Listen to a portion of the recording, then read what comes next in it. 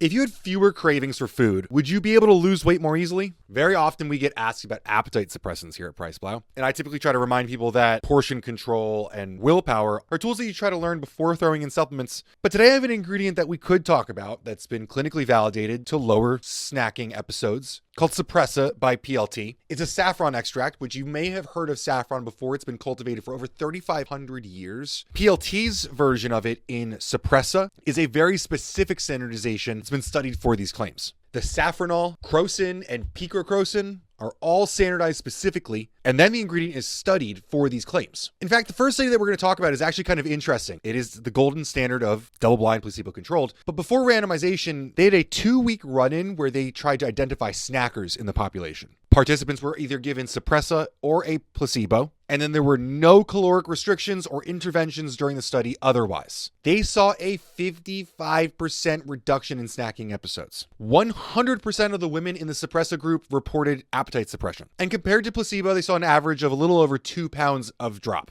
Now, we think that it works through serotonin, which is very interesting. Enhancing serotonergic activity in the brain can promote a more natural sense of satisfaction and satiety. This isn't going to make you feel super full like GLP. But there are some other benefits to it, which we often see with these types of supplements. It's an antioxidant, anti-inflammatory. In fact, its stress reduction abilities are possibly what make it so helpful for these things. A lot of people have unplanned snacking episodes because they're stressed. Now, you only need 175.5 milligrams per day. In the big clinical study, this was split up into even doses in the morning and the night. This could go into weight management products like pills and powders. This small dosage makes me think that it also might be great in a functional food or a beverage, maybe a bar that you eat frequently, or maybe even some sort of gum or gummy. Could be an option for giving you some sweetness and flavor without you eating anything. Overall, it's worth noting we don't typically talk about appetite suppressants as solutions to weight loss. I think that people need to learn a healthy relationship with food, training, and portion control. But supplements like this could help make that process of learning and adherence a lot easier. What do you think? Would you use something that would lower your appetite?